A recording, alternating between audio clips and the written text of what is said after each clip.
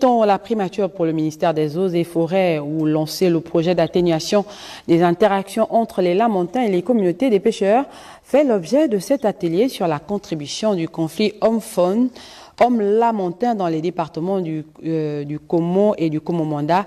Et c'est le ministère des Eaux et Forêts qui a prêté son cadre à la rencontre. Léa Bifane, Pierre Claver est là. Le Lamontin, espèce protégée, menace la pêche artisanale et continentale dans le Komo et le Komo-Manda. La situation est préoccupante et provoque un conflit homme-lamontin. Pour cerner ce fait, les institutions gouvernementales, la société civile, la communauté scientifique, etc., via un atelier, réfléchissent sur un projet d'atténuation du conflit homme-lamontin.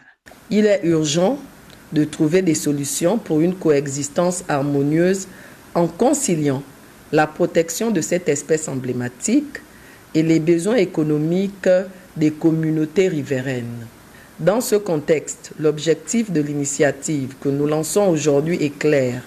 Il s'agit de jeter les bases d'une gestion harmonieuse et durable des ressources aquatiques dans les départements du Komo et Komo-Océan. Seules les recherches approfondies peuvent déterminer les interactions entre les Lamontins et les pêcheurs. Ainsi, l'ONG Aquatic Species s'engage à étudier ce phénomène nouveau. Nous, l'ONG Aquatic Species, on s'est intéressé à cette question afin de comprendre et étudier ce qui est en train de Lamontin à se comporter ainsi.